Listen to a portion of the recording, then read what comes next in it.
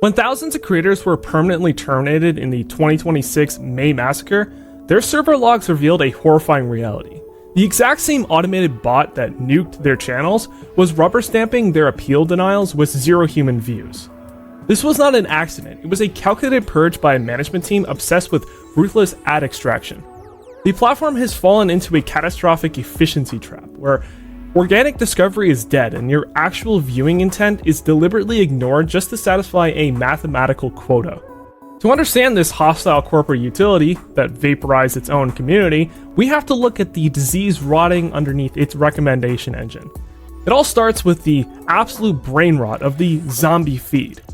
They quietly renamed repetitious content to inauthentic content. Sounds like a minor Friday night afternoon legal tweak, right? Absolutely not. What we didn't know was between March of 2025 and January of 2026, YouTube was rebuilding their entire moderation infrastructure. They ripped out the reactive intent-based system and replaced it with a proactive upstream enforcement architecture running on pure automated detection heuristics. Management wanted an atmospheric strike against AI slop. They wanted to nuke all low-effort, prompt, and published junk clogging up the servers. But there was one fatal flaw, a massive, glaring, catastrophic blind spot. The automated systems have 0 contextual awareness. None. The algorithm was completely incapable of telling the difference between a mass-produced AI spam bot and a highly crafted, deliberate, creative choice. So what happened exactly? Well, the best people on this platform just got completely nuked in the crossfire. Independent animators using motion capture? Yeah, get the fuck out of here. Video essayists spending hundreds of hours building custom editing macros in DaVinci Resolve? Yeah, get the fuck out of here. Cinematic commentary channels using localized AI for color grading or script refinement? Yeah, they were nuked alongside literal bot farms. Am I next? And when those creators tried to appeal, welcome to the nightmare that consists of a whirling toilet and a hammer to the head.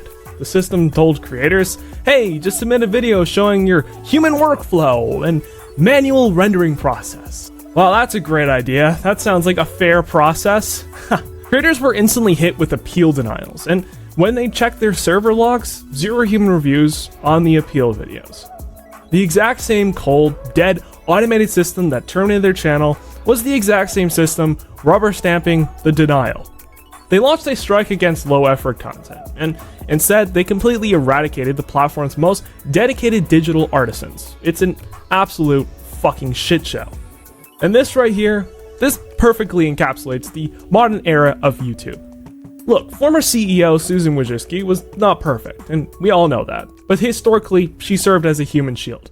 She was a critical buffer between the relentless, profit-obsessed greed of Google's parent company, Alphabet, and the fragile, organic soul of the creator community. And under her, there was a understanding that the chaotic, unpredictable human element was the entire reason this platform had its value. Today, under CEO Neal Mohan, that human shield is gone, dissolved, vaporized. The platform has been completely swallowed by what industry strategists call the efficiency trap. It's a corporate disease where you choose scalable metrics / overhead and optimize dashboards instead of fostering actual genuine growth. Under Mohan, YouTube isn't a community anymore. It's a cold, automated, and aggressively hostile corporate utility.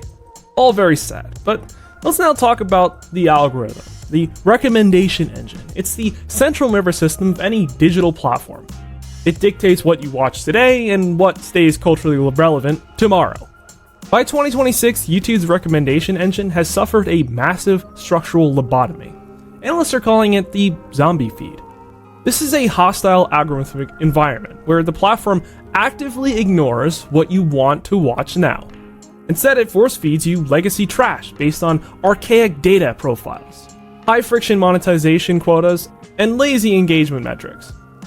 Why? Because in 2026, YouTube just doesn't push videos anymore. It runs thousands of microtests optimizing for session contribution. To put it simply, if my video makes you click on 5 more videos, it will get pushed. If a video is incredibly satisfying, answers your questions, and makes you close the app feeling fulfilled, hopefully my video, it gets penalized. Hopefully not my video, I don't actually know at this point. Let me give you a perfect example of how surreal and broken this is. Look at my own viewing habits. I go on YouTube for heavily researched video essays and macroeconomic news analysis. I want to learn. But despite my crystal clear viewing intent, the home screen aggressively bombards me with absolute brain rot. You might say, yeah, just use the clear history button, you idiot. And I do, every 3 months, but it doesn't matter, the system is haunted by a ghost profile. Instead of looking at my recent high retention sessions on sovereign debt, the algorithms lazily defaults to showing me 21st century humor videos. Oh my god! It would be one thing if it recommended me a decade-old YouTube poop. Take a shit. In all fairness, I enjoyed those as a kid and still do on my other YouTube account. But no, it recommends me something that was last relevant when I was debating if college was a good idea and if I should just drop out. And you can see the visual cues of this algorithm decay everywhere. It's called the asset list. The algorithm acts like a digital necromancer, resurfacing dead trends just to hit mathematically optimized click-through rate quotas. First, there's my experience with the irrelevant drama poll. I never watched Ricegum or iDubbbz, literally never, but my feed is constantly spammed with aggressively outdated parody tracks like Ricegum's Sucky Sucky. Mother love me long time, sucky, sucky, fucky, fucky, one time. The system has zero contextual awareness. It just knows that 10 years ago, these assets got clicks. And it gets even worse, the defunct personal poll, as I call it. The algorithm keeps pushing a hyper-niche, decade-old parody video called All the Asians Wanna Be Me by Little D. Yep, all the Asians wanna be me. The only problem is I'm not even Chinese. Made by former Linus Tech Tips employees Dennis and Burkle before they even worked there. Look, I haven't regularly watched LTT in at least 6 years. And Burkle hasn't even worked there since 2018. Why in the absolute living fuck would the algorithm think I want to see a 10-year-old inside joke about defunct personnel from a channel I abandoned? To be fair, it's still hilarious, and I still like Dennis and Burkle. And as much of an out-of-touch weirdo I think Linus is now, he's alright. But I definitely do not watch them anymore, so why is this being recommended? Because the engine isn't predicting what I want to learn, it's just scraping historically verified detritus off the floor and throwing it at the wall. And while the algorithm is rotting your brain, the user interface is actively trying to ruin your life. Between 2024 and 2026, they deliberately degraded the UI to increase friction. They intentionally broke the return dislikes extension, they updated the mobile UI so opening a description triggers a massive full-length pop-ups that hides the comments, forcing you to scroll through the cramped text. They removed the simple X button on the Save to Playlist menu, forcing you to click through multiple unnecessary screens. They blew up the creator's channel logo and username, pushing the actual videos further down the screen. And this is not accidental bad design. This is the monetization of annoyance.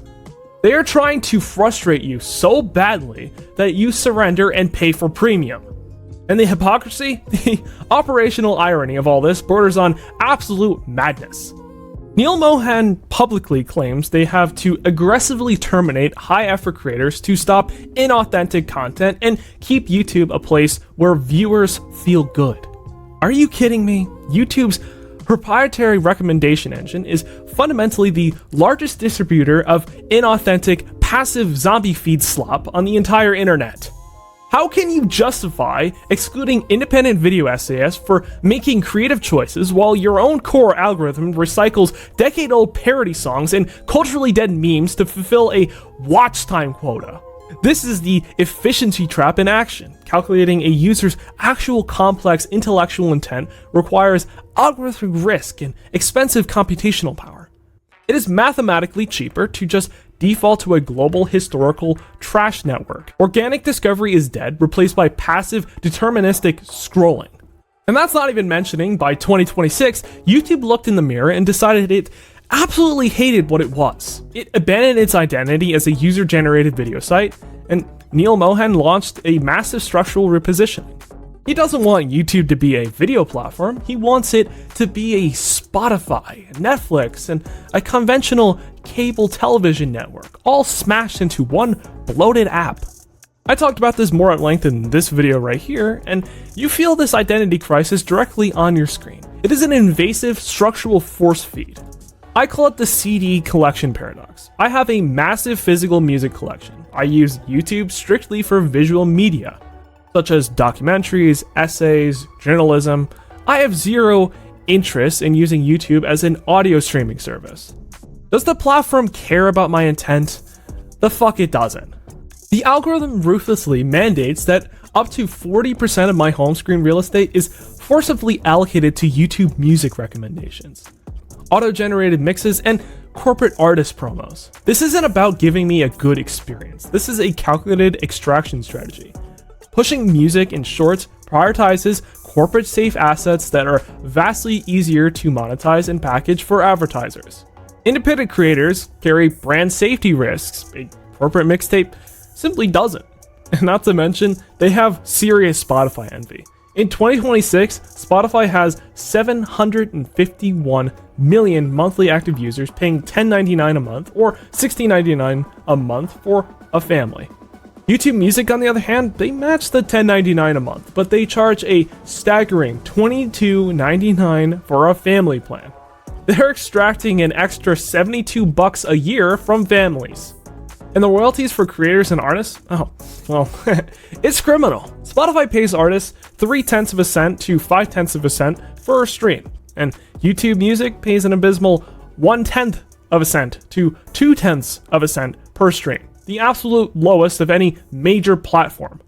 They intentionally blend the math with their ad-supported free tier to completely suppress creator payouts. They're shoving this product down your throat because it's a brutal, efficient mechanism for underpaying artists while hoarding your subscription fees. And how much longer can they get away with this before creators and artists decide to just run?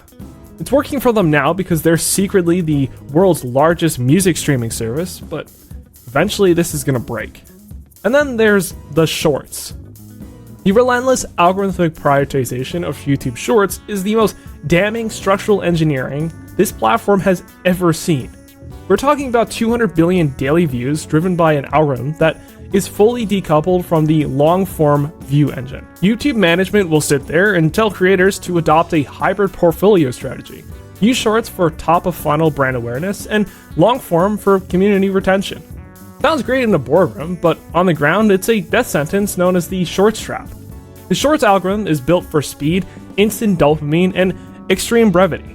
So what happens when a creator gets thousands of subscribers from a viral short and then publishes a heavily researched 40-minute video essay?